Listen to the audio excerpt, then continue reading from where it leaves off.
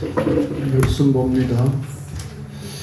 창세기 49장 29절에서 50장 14절까지 봅니다. 천천히 같이 읽겠습니다. 시작. 그가 그들에게 명하여 이르되 내가 내 조상들에게로 돌아가리니 나를 햇사람 에브론의 밭에 있는 굴에 우리 손주와 함께 장사하라. 이 굴은 가나안 땅 마므레아 막벨라 밭에 있는 것이라. 아브라함이 햇사람 헤브론에게서 밭과 함께 사서 그의 매장지를 삼았으므로 아브라함과 그의 아내 사라가 거기에 장사되었고 이삭과 그의 아내 리브가도 거기 장사되었으며 나도 레아를 그곳에 장사하였노라. 이 밭과 거기 있는 굴은 햇사람에게서 산 것이니라. 야곱이 아들에게 명하기를 마치고 그 발을 침상에 모으고 숨을 거두니 그의 백성이로 돌아갔더라. 요셉이 그의 아버지 얼굴에 굽으려 울며 입맞추고 그 수종들은 의원에게 명하여 아버지의 몸을 향으로 처리하게 하매 의원이 이스라엘에게 그대로 하되 40일이 걸렸으니 향으로 처리하는 데는 이 날수가 걸림이며 애굽 사람들은 70일 동안 그를 위하여 곡하였더라. 곡하는 기한이 지나매 요셉이 바로의 굴에 궁에 말하여 이르되 내가 너희에게 은혜를 입었으면 원하건대 바로의 귀에 아뢰기를 우리 아버지가 나로 맹세하게 하여 이르되 내가 죽거든 가나안 땅에 내가 파놓은 묘실에 나를 장사하라 하였나니 나로 올라가서 아버지를 장사하게 하소서. 내가 다시 오리이다 하라 하였더니 바로가 이르되 그가 내게 지킨 명세대로 올라가서 내 아버지를 장사하라. 요셉이 자기 아버지를 장사하러 올라가니 바로의 모든 신하와 바로 국의 원로들과 애굽 땅의 모든 원로와 요셉의 온 집과 그의 형제들과 그의 아버지와 집이 그와 함께 올라가고 그들의 어린 아이들과 양떼와 소떼만 고센 땅에 남겼으며 병거와 기병이 요셉을 따라 올라가니 그때가 심히 컸더라. 그들이 요단강 건너편 아다 타작마당에 이르러 거기서 크게 울고 애통하며 요셉이 아버지를 위하여 7일 동안 애곡하였더니 그 땅 거민 가나안 사람 백성들이 아담마당의 애통을 보고 이르되 이는 애굽 사람의 큰 애통이라 하였으므로 그 땅 이름을 아벨 미스라임이라 하였으니 곧 요단강 건너편이더라. 야곱의 아들들이 아버지가 그들의 명령하게 된 대로 그들 위에 따라 행하여 그를 가나안 땅으로 내어다가 마므레아 막벨라 밭굴에 장사하였으니 이는 아브라함이 헷 족속 에브론에게 밭과 함께 사서 매장지를 삼은 곳이더라. 요셉이 아버지를 장사한 후에 자기 형제와 호사꾼과 함께 애굽으로 돌아왔더라.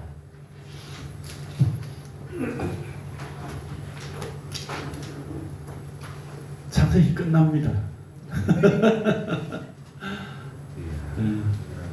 오늘 오전 하고 오후에 하고 창세기 끝납니다.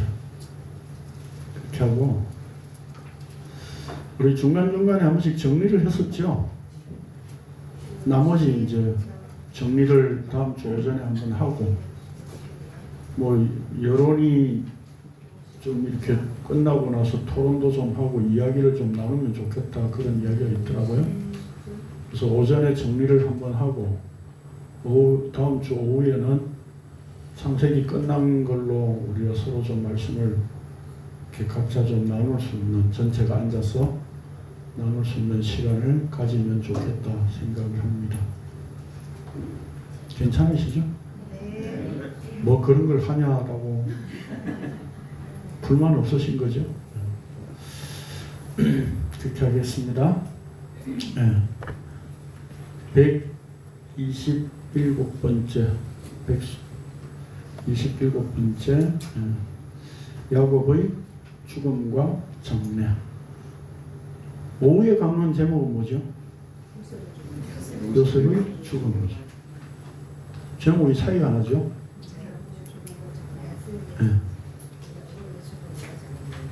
그러면 야곱의 죽음에는 장래가 있었어요? 요셉의 죽음에는 장래가 없었다는 얘기죠. 보겠습니다. 교훈 봅니다. 야곱이 이스라엘로서 아들들에게 축복한 것은 단순한 축복과 저주가 아니라 언약의 말씀입니다. 그 성취는 마지막 날을 향해 있고, 이 마지막 날이 뭐였죠? 앞으로 당할 일이라고 그랬죠. 후일에 당할 일. 그게 마지막 날이라고 말씀드렸죠. 네. 마지막 날을 향해 있고 예수 그리스도의 십자가로 온전히 성취됩니다. 이제 야곱의 죽음과 장래 그리고 요셉의 죽음을 통해 하나님의 언약을 보여주면서 창세기는 마무리됩니다. 그가 그들에게 명하여 이르되 내가 내 조상들에게로 돌아가리니 나를 햇사람 에브론의 밭에 있는 굴에 우리 선조와 함께 장사하라. 내 조상들에게로 돌아가리니 라고 번역을 했는데, 조상들이라고 하는 이 말의 히브리어는 암이에요. 암은 백성, 민족 이런 뜻입니다. 그런데 이게 단수로 쓰였어요. 우리 성경에는 의역을 해가지고 그냥 조상들이라고 번역을 했거든요. 복수로. 단수예요. 돌아가리니라고 하는 말의 아사프, 이건 앞에서도 했죠. 야곱이 아들들을 모으고 할 때에 모으다, 제거하다, 거두어 들이다, 회복하다 이런 뜻입니다. 직역하면 나는 돌아간다 혹은 회복된다 내 백성에게로 라고 하는 말입니다. 그 다음에 뒷부분에 우리 선조와 함께 이렇게 되어 있죠. 선조라고 번역된 말은 또 아버예요. 아버지예요. 아버지. 우리 선조와 함께 장사하라 라는 말씀은 나의 아버지와 함께 장사하라 라고 하는 말입니다. 야곱이 매장지에 집착하는 것처럼 보이는 이 유언은 이미 47장 29절 30절에서도 내 손을 내 허벅지 아래에 넣고 인애와 성실함으로 내게 행하여 애굽에 나를 장사하지 않도록 하라. 내가 조상들과 함께 눕거든 나를 애굽에서 메우다가 조상의 묘지에 장사하라 라고 했었습니다. 이런 말씀을 보면 야곱은 어떤 형편이에요 지금? 애굽하면 막 알레르기를 반응을 일으키는 건가요? 예? 애굽하면 진절머리가 나서 그냥 흔드는 겁니까? 애굽에 절대 묻지 말라, 장사하지 말라. 예? 사실 야곱이 어디에 묻히든 죽은 야곱에게는 무의미한 일입니다. 그렇죠? 예. 그럼에도 불구하고 애굽에 장사하지 않도록 두 번이나 강조하여 말하는 이유는 아들들에게 무엇인가를 나타내기 위한 것임을 알 수 있습니다. 매장지를 지정한 것은 조상들 곧 아버지와 언약 안에서 죽음으로 하나가 된다는 의미입니다. 언약 안에서 죽음으로 하나 된다는 것은 부활의 상태요 생명의 상태에 들어간다는 것입니다. 이것이 하나님의 백성 곧 예수 그리스도와 한 몸으로 회복된다는 의미에서 단수로 표현한 겁니다. 이해되시죠?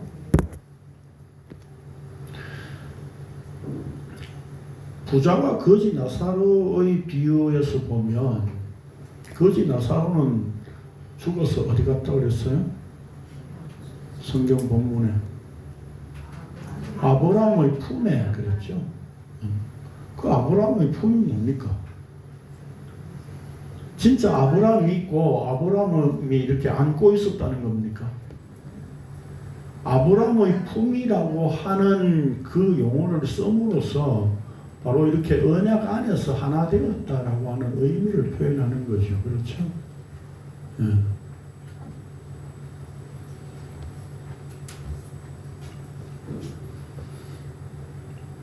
이 굴은 가나안 땅 마모레 앞 막벨라 밭에 있는 것이라 아브라함이 햇사람 에브론에게서 밭과 함께 사서 그의 매장지를 삼았으므로 아브라함과 그의 아내 사라가 거기 장사되었고 이삭과 그의 아내 리브가도 거기 장사되었으며 나도 레아를 그곳에 장사하였노라.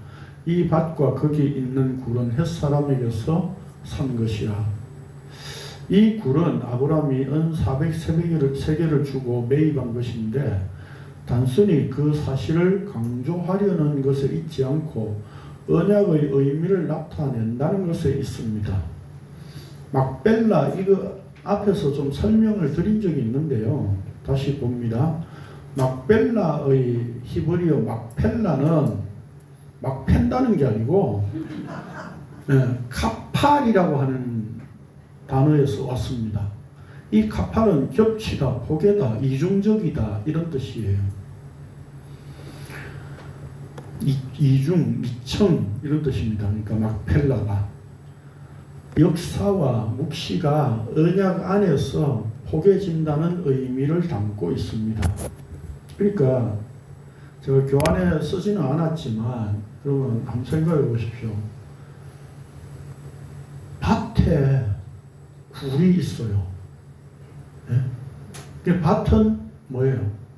보이는 거죠. 굴은 안이 보이지 않는 겁니다. 그러니까 그 밭은 세상이라고 한다면 그 세상 속에서 뭔가 이렇게 보이지 않는 굴이 있다는 거죠. 그러니까 그 굴 안에 들어가면 밭에서는 보이지 않는 거잖아요. 그렇죠? 그게 뭘 얘기하는 겁니까? 묵시를 이야기한다는 거죠. 그런 점에서 바로 역사와 묵시가 만나서 이렇게 포개져서 이중적으로 보여지는 나타내는 그런 의미를 담고 있는 게 막벨라 굴이에요. 그래서 이거를 막벨라 굴 앞에 그 아브라함 그 설명할 때 설명드렸던 것 같은데 그래서 우리가 이걸 뭘로 이해할 수 있습니까? 십자가로 이해할 수 있는 거죠. 그렇죠? 오늘 내가 역사 속에서 죽는 거죠. 십자가 안에서. 근데 그 십자가 안에서 죽으면 어떻게 돼요? 생명을 누리게 되는 거죠. 그 생명은 묵시 속에서 누리는 거죠. 그렇기 때문에 십자가에서 그 역사와 묵시가 포개져서 이중적으로 우리에게 그 의미를 전해주고 있는 것이다 이 말입니다. 야곱의 죽음은 언약 안에서 죽음과 생명이 포개지는 것입니다. 결국 막벨라 굴은 날마다 죽음으로 생명을 만나 예수 그리스도 안에서 하나 되는 십자가를 상징합니다. 그런데 여기서 생각할 문제는 정작 야곱이 사랑했던 라헬은 막벨라 굴에 장사할 수 없었다는 것입니다. 왜 그렇게 됐을까요? 여러분 이 문제 한번 생각해 보셨습니까? 네, 제가 가만히 묵상하면서 생각해 보니까 이런 의미로 우리가 이해할 수 있겠더라고요. 한마디로 라헬을 막벨라 굴에 장사하는 일에 야곱은 실패했습니다. 사실 야곱은 라헬을 사랑했기 때문에 라헬이 묻히기를 오히려 원했겠죠. 근데 야곱의 일생 자체가 자신의 뜻을 이룰 수 없는 존재임을 나타냅니다. 결국 야곱이 나도 레아를 그곳에 장사하였노라 라는 말씀은 근데 사실 여기에 그 사라가 묻힌 거, 아브라함이 묻힌 거, 이삭이 묻힌 거는 나오지만 성경 본문에 나오지만 리브가와 레아에 대해서는 나오지는 않습니다. 그렇죠? 그런데 야곱이 이 얘기를 하고 있다는 것은 실제 거기에 묻혔다는 얘기죠. 그럼 레아가 묻힌 것에 대해서 야곱이 특별히 나도 레아를 그곳에 장사하였노라 라고 언급한 것을 보면 결국 뭡니까? 자신이 사랑하는 라헬이 묻힌 게 아니라 자신의 뜻은 꺾이고 오히려 하나님의 언약대로 레아가 묻혔다. 이런 의미를 담고 있는 거죠. 그래서 오직 하나님의 언약이 이루어지기 위해 자신의 뜻은 좌절될 수밖에 없었다는 것을 고백하고 있는 것이다. 이렇게 보입니다. 33절입니다. 야곱이 아들에게 명하기를 마치고 그 밭을 침상에 모으고 숨을 거두니 그의 백성에게로 돌아갔더라. 여기서 모으고 돌아갔더라 는 이 표현이 같은 단어예요. 아사프예요. 앞에서 말씀드렸죠. 모으다, 제거하다, 거두어 들이다, 회복하다. 하나님과 함께 걷던 바요. 아니 야곱이 자기 뜻대로 걷던 발을 하나님께서 언약 안으로 거두어 들여 마지막 날에 언약의 성취자이신 예수 그리스도께로 모아지게 만드셨습니다. 결국 야곱이라는 육신이 제거되고 빼앗겨 침상에 모아들여 지파의 머리가 되시는 예수 그리스도 안에서 회복되게 만들어 안식을 이루시는 것이 언약임을 보여줍니다. 그러니까 이걸 그냥 문자적으로 보면 발을 침대에 이렇게 고스란히 모으고 그냥 이렇게 숨을 거두고 죽었더라 이런 의미로만 보이지만, 이런 문자로만 보이지만 사실 이 표현은 하나님이 자기 백성으로 추수해서 거두어 드렸다 이런 뜻이에요. 그러니까 우리말도 이런, 제가 이게 묵상을 하면서 가만히 생각하면 우리말도 이런 어떤 의미가 담겨 있어요. 우리말에 사람이 죽었다고 할 때 어떻게 표현합니까? 돌아가셨다 그러죠. 또 한 가지 더 있죠. 여러 표현이 있지만 뭐 뒤졌다 이런 거 말고 또 하나 더 있죠. 뭐예요? 별세했다라고 하는 것도 있고 또요. 운명하셨다 또요. 굉장히 쉬운 표현으로. 그렇죠. 숨을 거두었다. 거두어 드린 것. 우리말에도 거두어 드렸다, 돌아가셨다 이런 표현들이 있다고요. 이게 성경에서 나온 건지는 모르겠어요. 그러나 우리말 속에 그런 의미가 들어있다는 걸 보고 제가 놀랐습니다. 묵상을 해보면서. 그래서 성경을 본문을 봅시다. 이 아사프가 어떻게 쓰였는지 2절 연속해서 읽습니다. 시작. 맥추절을 지키라. 이는 내가 수고하여 밭에 뿌린 것에 첫 열매를 거둠이니라. 수장절을 지키라. 이는 내가 수고하여 이룬 것을 연말에 밭에서부터 거두어 저장함이니라. 너희가 토지 소상 거두기를 마치거든 일곱째 달 15날부터 이래 동안 여호와의 절기를 지키되 첫날에도 안식하고 여덟째 날에도 안식할 것이요. 예. 여기에 거두어 들임과 안식을 연결시키고 있죠. 예. 그러니까 야곱의 죽음은 추수된 곡식들이 수장절의 곳간으로 거두어 들여지는 모습과 같은 것으로 곧 모든 성도가 그의 육이 죽고 영이요 생명이신 예수 그리스도 안으로 돌아가고 추수의 그 열매로 거두어 들여지는 교회됨을 나타내고 있습니다. 그러니까 이 33절 말씀은요, 야곱을 이스라엘 되게 해서 하나님이 어떻게 자기 스스로 거두어 들이시는가 라고 하는 것을 보여주고 있는 거예요. 결국 오늘 우리도 하나님이 지금 아직 우리 숨을 하나님이 거두어 들이시지 않는 건 무슨 뜻이에요? 우리 안에 계속해서 십자가를 남기시겠다는 거죠. 그래서 우리 안에 그 마음에 새겨진 십자가를 하나님은 거두어 들이시겠다는 겁니다. 그게 돌아가는 거예요.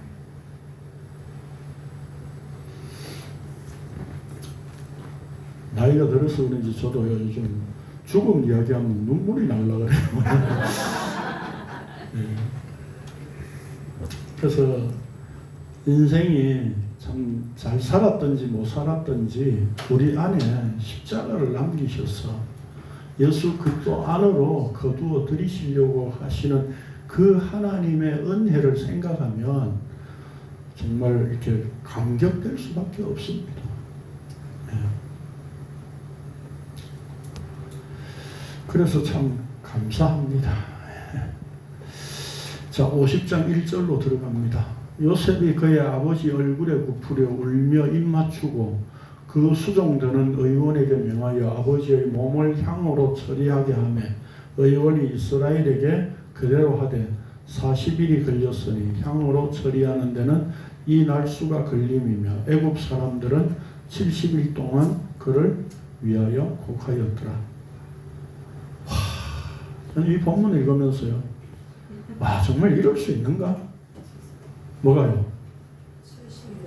40일 동안 향으로 처리했어요. 아니, 뭐 하루만 하면 되는 거 아닌가요? 간단하게. 예? 아무리 향으로 채운다 하더라도. 예?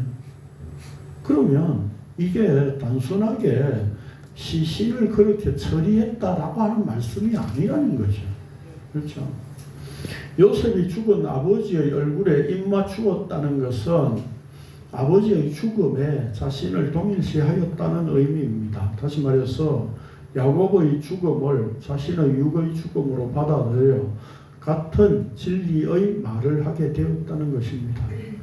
50장 15절에서 21절에서 형제들에게 전하는 요셉의 메시지는 위로의 메시지는 바로 이런 차원에서 진리의 말씀을 나타낸 것입니다. 그러니까 오후 시간에도 말씀드리겠지만 지금 창세기가 보면 50장에 50장으로 그냥 이야기합시다. 50장 1절에서 몇 절까지죠? 오늘 14절까지고 그리고 15절부터 몇 절이죠? 21절 그리고 50장 21절에서 26절까지 이렇게 되어 있어요. 여기에 야곱의 죽음, 장례를 다루고 있고 여기에 요셉의 죽음을 다루고 있습니다. 여기에 뜬금없이 형제들과의 관계 이야기를 하고 있죠. 그럼 이게 무슨 뜻이겠습니까?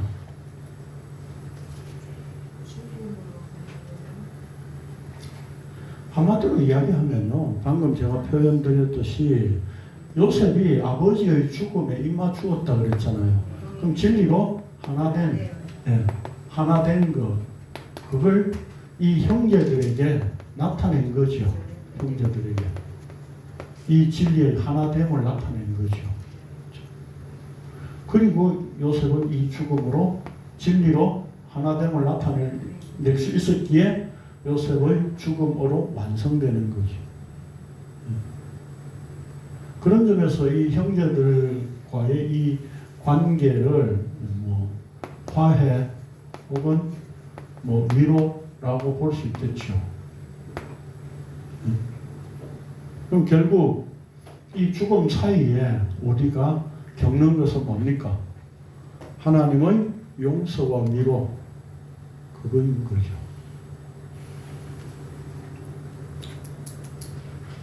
오후 시간 또 잠깐 나눌 겁니다. 야곱의 시신에 향을 넣는 40일을 포함하여 70일간의 애국이 있다는 것을 문자적으로 보자면 애굽의 장례 풍습이기도 하고 또한 가나안 땅 헤브론까지 장례가 길어지니까 이 중동 지역, 더운 지역에 시신의 부패를 방지할 필요가 있는 것으로 이해할 수 있습니다. 그러나 언약의 관점에서 보자면 육의 죽음으로 천국이 된다는 의미를 나타내고 있습니다. 40일이 걸렸으니 라는 말씀에서 40일의 아르바임은 아르바라고 하는 사의 그 복수형인데 라바 사면으로 되어 있다, 네모 반듯하다, 정사각형에서 유래한 단어입니다. 넷, 사면, 네모진 이런 뜻이에요.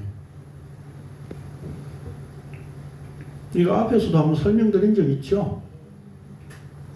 5분의 4 할 때 5분이 아니라 그냥 4라고 그랬죠?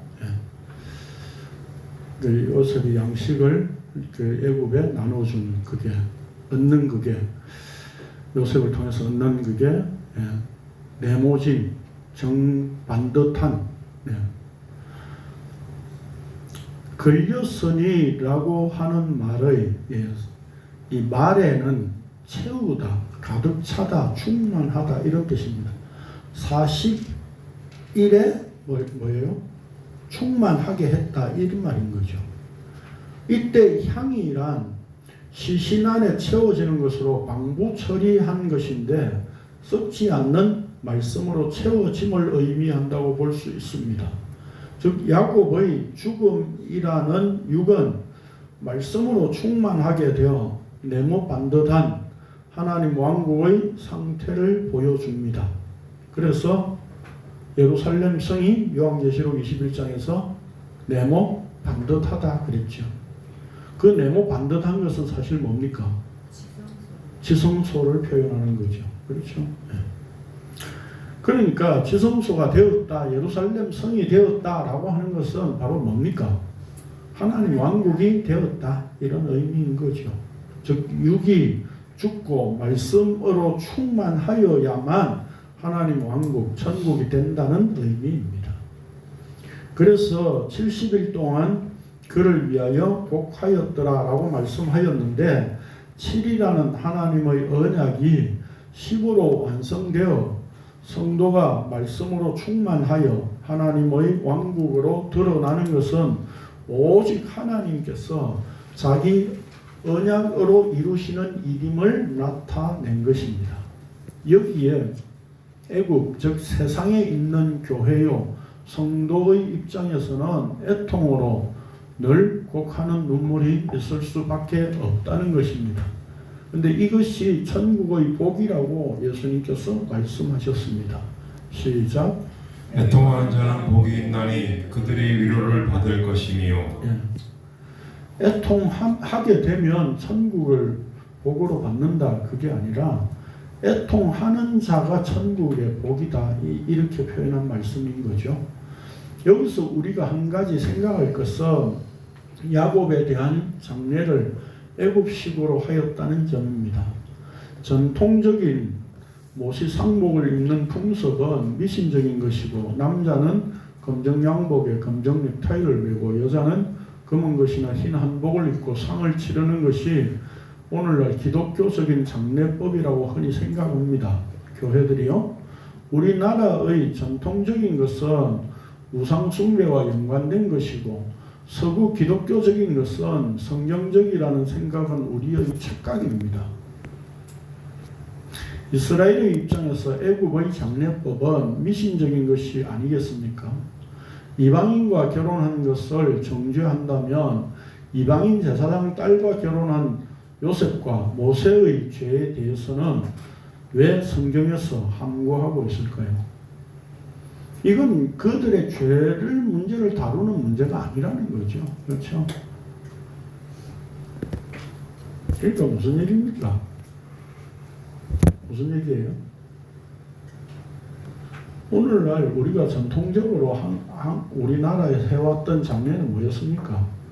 옷이 삼배 입고 대나무 지팡이 짚고 이렇게 둘러가지고 맨날 뭡니까? 때마다 시마다 수시로 제사 지내고 그리고 제가 그 전도사 때는요 그 진짜 제가 있던 교회 목사님이 모든 교인들 직접 염을 다 했어요. 그러다 보니까 전도사들은 뭐겠습니까? 따까리 조수 역할을 해야죠. 그래서 염할 때 그 담임 목사님이 그렇게 말을 합니다. 시신을 몇 번 묶느냐 하는 것은 이게 다 우리가 전통적으로 해오던 것은 미신적인 거라고 그렇게 하면 안 된다고 그런 식으로 이야기를 하더라고요. 근데 그것만 미신적인 겁니까? 네? 기독교적인 것처럼 하면 뭐 그런 거 안 하면 그게 기독교적인 겁니까? 그런 게 아니라는 겁니다. 그 대학원에서 제가 한 학기 강좌를 이 장례법에 대한 예식을 강의를 들었어요. 그러니까 뭐 이런 이야기들을 그 뭡니까 뭐 미신적인 요소들을 막 쫙 찾아와가지고 그냥 이래서 안 되고 이래서 안 되고 뭐 그런 이야기만 쫙 하더라고요. 예. 지금 다 잊어버렸는데 그게 무슨 의미가 있느냐 이런 거죠. 봅시다. 이런 것을 문자로만 보고 그 모범을 따라 오늘날 우리 신앙의 삶을 규정하여 기독교적인 것으로 생각한다면 언약의 말씀으로 드러내시는 하나님의 뜻을 무시하고 왜곡하는 것이 됩니다. 오늘날 우리가 기독교적이라고 생각하는 모든 것들은 그저 기독교적인 문화에 불과합니다. 야곱의 장례를 애굽의 장례법대로 하였기에 이스라엘의 모든 장례는 애굽식으로 해야 한다는 것도 아닙니다. 그렇다고 아브라함부터 성경적으로 해야 할 방식이 뚜렷하게 있는 것도 아니었습니다. 단순하게 말하자면 야곱이 애굽에 있었기에 애굽식으로 처리한 것뿐입니다. 더구나 요셉은 애굽을 심각한 가뭄에서 구한 최고의 통치자였기에 아버지를 애굽에서 최고의 예우로 장례를 치른 것입니다. 그래서 가나안 땅 사람들조차도 요단강 건너편에서 7일간 애국한 것을 보고 애굽 사람으로 생각하였기에 그 지명을 애굽인들의 애통이라는 의미에서 아벨 미스라임이라 불렀습니다. 여기에 외형적으로 언약 백성의 모습은 드러나지 않습니다. 그러니까 우리가 기독교식의 장례를 잘 해가지고 믿지 않는 사람들에게도 믿는 자의 모습을 드러내야 된다고 그러잖아요. 근데 그런 게 전혀 아니다 이 말입니다. 진짜 기독교적인 걸 우리가 하려면 사실 어떻게 해야 됩니까? 이스라엘의 장례법대로 해야죠. 예수님을 그렇게 처리했듯이. 그런데 그거는 시대적인 어떤 문화적인 그 사회적인 관습에 의한 것일 뿐이다 이 말입니다. 따라서 우리는 애굽의 방식으로 하든 우리나라의 전통 방식으로 하든 그것은 중요한 문제가 아닙니다. 그렇다고 해서 우리나라의 전통 방식으로 장례를 치러야 한다는 것도 또 아닙니다. 문화란 한 시대의 방식일 뿐인데 정해진 어떤 방식에 맞추어서 살아가는 것이 기독교적이라고 생각하는 함정에 빠져서는 안 된다는 점입니다. 중요한 것은 우리가 성도로서 예수 그리스도의 십자가로 인해 지금 하나님의 왕국을 살고 있으며 또한 그 왕국을 소망하는 나그네로 살아가는 십자가 정신이 중요합니다. 우리 결혼식 할 때도 보통 보면 그 양쪽에 이렇게 앞에 불을 켜잖아요. 그렇죠? 그거 왜 킵니까? 그거 대부분 다 우리 그 보면 여자분들이 하잖아요. 근데 우리 아들은 또 뭐 특이하게 하겠다고 해가지고 뭐 아버지 보고 하라고 제가 했는데 사돈하고 둘이서 제가 했는데 그 왜 하는 거죠? 음양의 원리에 의해 가지고 거기에 불을 붙이고 이렇게 뭐 활활 타오르는 번창한다는 의미를 부여하는 거예요. 그렇게 따지면 그래서 이게 신학교에서 제가 그런 어떤 예식에 대해서 배울 때도 이런 걸 하면 안 된다고 가르치는 거예요. 근데 그게 무슨 의미가 있어요?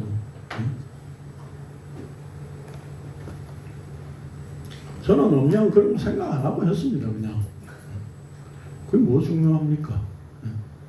그러니까 형식과 어떤 이렇게 갖추어진 어떤 뭡니까 이렇게 밖으로 드러난 어떤 방식 이런 것들은 격식 이런 것들은 하나의 그 내용을 담는 그릇에 불과한 거예요. 그렇죠? 이 그릇을 깨뜨려서 안에 본질적인 것을 보여주어야 되는 겁니다. 깨뜨린다니까 그럼 그걸 타파해야 되는 거 아니냐 이렇게 생각하는데 그걸 하든 안 하든 그건 중요한 문제가 아닌 겁니다.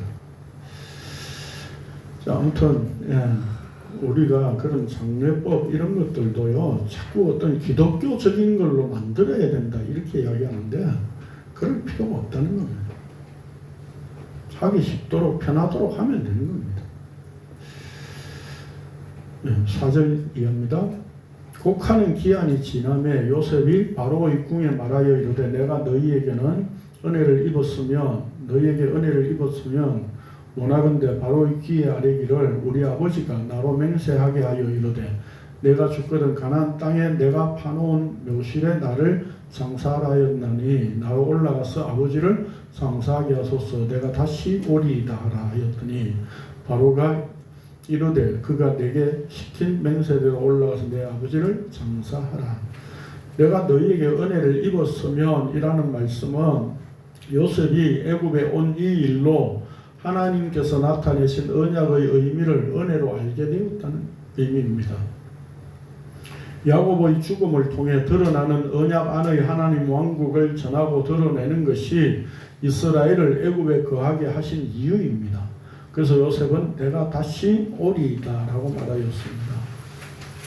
그러니까 요셉은 애굽에 다시 와서 그 애굽에서 진리의 말씀을 드러내야 할 그런 어떤 도구로서 계속 사용되어져야 한다는 거죠. 요셉이 자기 아버지를 장사하러 올라가니 바로의 모든 신하와 바로 궁의 원로들과 애굽 땅의 모든 원로와 요셉의 온 집과 그의 형제들과 그의 아버지의 집이 그와 함께 올라가고 그들의 어린 아이들과 양떼와 소떼만 고센 땅에 남겼으며 병거와 기병이 요셉을 따라 올라가니 그 때가 심히 컸더라. 야곱의 죽음에 동참되는 것은 이스라엘의 아버지의 집이 되어 약속의 땅으로 올라가는 것입니다. 그래서 여기에 어린 아이들과 양떼와 소떼는 고센 땅에 남겨집니다. 야곱의 죽음에 동참하지 못하는 진리에 대해 어린 자들, 가축의 모습으로 있는 종교인들은 제외된다는 뜻입니다. 그러니까 거절을 위한 거절이 아니라 이들에게도 언젠가 용서가 이루어지고 허락하시기 위한 거절입니다. 왜냐하면 야곱의 죽음으로 언약의 땅으로 가는 길은 진리를 고수하는 전쟁의 길이기 때문입니다. 그래서 병거와 기병이 요셉을 따라 올라가니 라고 말씀합니다. 병거와 기병은 전쟁에 쓰이는 것이기 때문입니다. 애굽의 병거와 기병은 후에 이스라엘의 출애굽 때 홍해에 수장될 것입니다. 이런 점에서 하나님은 야곱의 장례를 통해 장차 출애굽이 어떤 의미를 지니고 있는가를 미리 보여주는 도구로 사용하십니다. 10절입니다. 그들이 요단강 건너편 아닷 타장 마당에 이르러 거기서 크게 울고 애통하며 요셉이 아버지를 위하여 7일 동안 애곡하였더니 그 땅 거민 가나안 백성들이 아단 마당의 애통을 보고 이르되 이는 애굽 사람의 큰 애통이라 하였으므로 그 땅 이름을 아벨 미스라임이라 하였으니 곧 요단강 건너편이더라. 요단강 건너편 아닷 타장 마당이란 표현은 야곱의 장례 행렬이 애굽에서 가나안 땅으로 지중해 연안으로 이어지는 가까운 길을 따라간 것이 아니라 광야를 거쳐 먼 길로 돌아 요단강을 건너 가나안 땅으로 들어갔다는 것을 보여줍니다. 죽음을 거쳐 언약의 자리로 들어간 자들이 히브리 곧 건너온 자이기 때문입니다.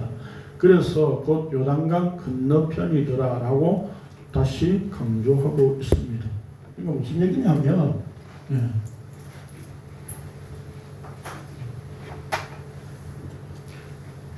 이렇게 가나안 땅이 이렇게 있으면 여기가 이렇게 애굽의 고센 땅이죠. 너무 이렇게 아래로 가요. 그러면 이 지중해 연안을 따라 올라가는 길은 항상 발전되어 있었습니다. 왜냐하면 페르시아 쪽에서도 애굽하고 싸울 때 이 길로 와서 전쟁을 했거든요. 이 길은 그대로부터 길이 잘 나 있는 겁니다. 그런데 이 길로 가지 않고 이 길로 가면 가장 빠르고 가장 편한 길이죠. 그런데 이렇게 들어간다는 겁니다. 여기가 아닷 타장 마당이라는 거죠. 단근 건너편이죠. 야곱의 시신이 왜 이렇게 들어가야 되죠? 이렇게 들어가면 되잖아요. 네? 그러니까 한마디로 무슨 얘기입니까? 야곱은 죽었어도 야곱이 죽었어, 육이 죽었어, 이스라엘이 되었어. 영어로 지금 앞으로 이스라엘이 야곱의 후손들이 이스라엘이 되면 그 이스라엘이 어떻게 된다고요?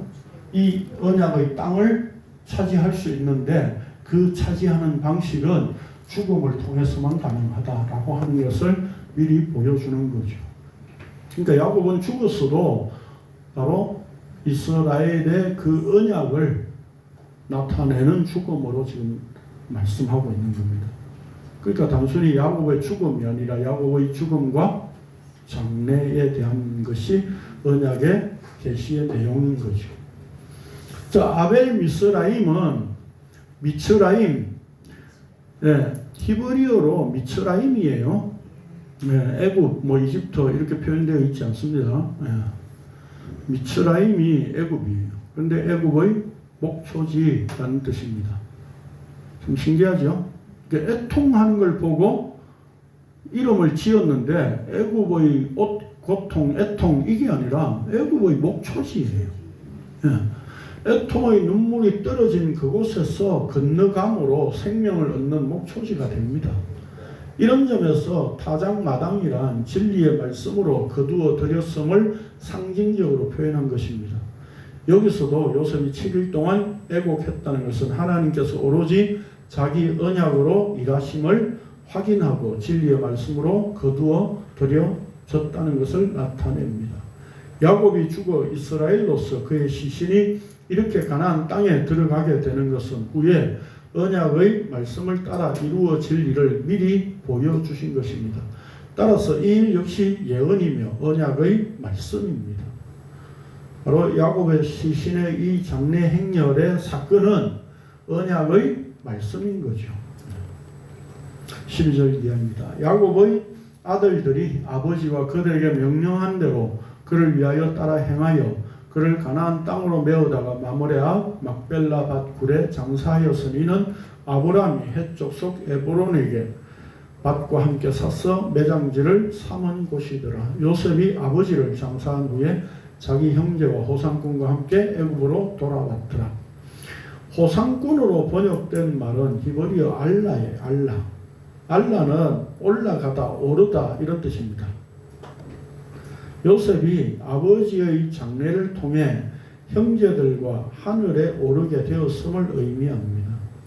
즉 야곱의 죽음으로 완성되는 언약이 어떤 의미인가를 보여주는 말씀입니다. 아브라함 언약이 실현된다는 것은 야곱이라는 육이 죽고 이스라엘로 살려주심의 은혜를 입어서 차지하는 땅입니다. 그게 언약의 땅이에요. 그러므로 언약의 땅은 예수 그리스도 안에서 누리는 안식입니다. 그러니까 호상꾼과 함께 돌아왔더라가 아니라 올라갔더라 이 말입니다. 어디로요? 안식으로 들어갔더라. 올라갔더라. 그러니까 여기서 우선 아까 말씀드렸던 것처럼 요셉이 아버지의 그 죽음에 입맞춤으로 자기가 하나 되었다 그랬잖아요. 그리고 지금 장례를 치름으로 말미암아서 이제 애굽으로 호상꾼과 돌아온 게 아니라 야곱과 함께 뭐예요? 진리의 말씀으로 안식으로 함께 들어갔다라고 하는 의미로 완성됐다는 걸, 즉 야곱의 언약이 완성됐다는 걸 지금 이렇게 설명하고 있는 거예요. 그렇기 때문에 형제들에게 요셉이 장자로서 그 형제들을 위로하고 하나님의 용서를 바로 선포하고 선언할 수 있었던 겁니다. 여기에 근거하고 있는 거예요. 그러니까 오늘 우리가 예수 그리스도를 믿는다는 것은 어떤 형식을 차리고 예배를 하고 주일날이라고 해서 우리가 모이고 하는 그런 게 중요한 게 아니라 우리의 마음에 십자가를 새기게 하시는 그 은혜를 간직하는 거예요. 그걸 마음에 품는 거예요. 이게 십자가 은혜예요. 그 십자가 은혜가 바로 안식을 누리게 하는 것이다 이 말입니다. 요셉은 아버지의 그 죽음, 그 장례를 치르는 이 과정을 통해서 함께 언약 안에서 야곱 언약이 완성되는 차원으로 함께 이 안식을, 야곱이 죽은 자로서 야곱 언약의 완성의 그 안식을 보여준다면 요셉은 살아있는 자로서 야곱 언약의 그 완성의 안식을 보여주고 있는 거예요. 그러니까 호상꾼이라고 하는 단어는 없어요.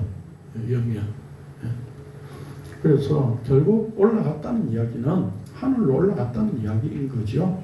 그래서 호상군과 함께 애굽으로 돌아왔더라가 아니라 호상군과 함께 올라간 것이 아니라 요셉이 하늘로 올라갔고 그리고 애굽으로 돌아왔다는 이야기는 그 진리로 완성된 존재로서 이제 애굽에 다시 말씀을 전하는 존재로 왔더라 이런 얘기인 거죠.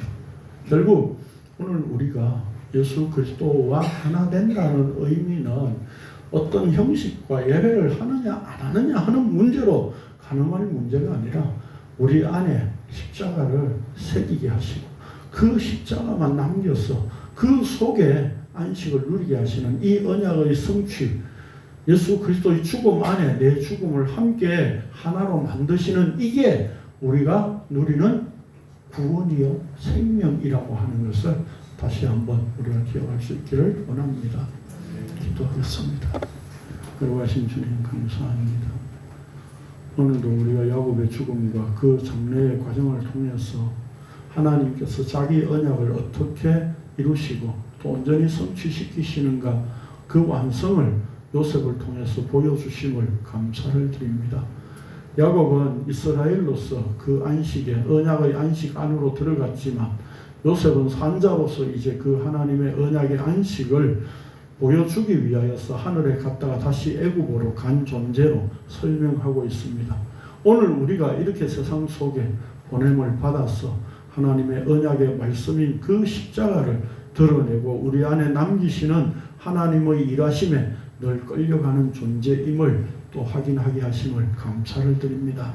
그래서 우리를 주의 진리의 영이 늘 십자가 가운데로 끌고 가시는 그 은혜를 경험할 수 있는 저희들 되게 하여 주옵소서. 예수님의 이름으로 기도합니다. 아멘.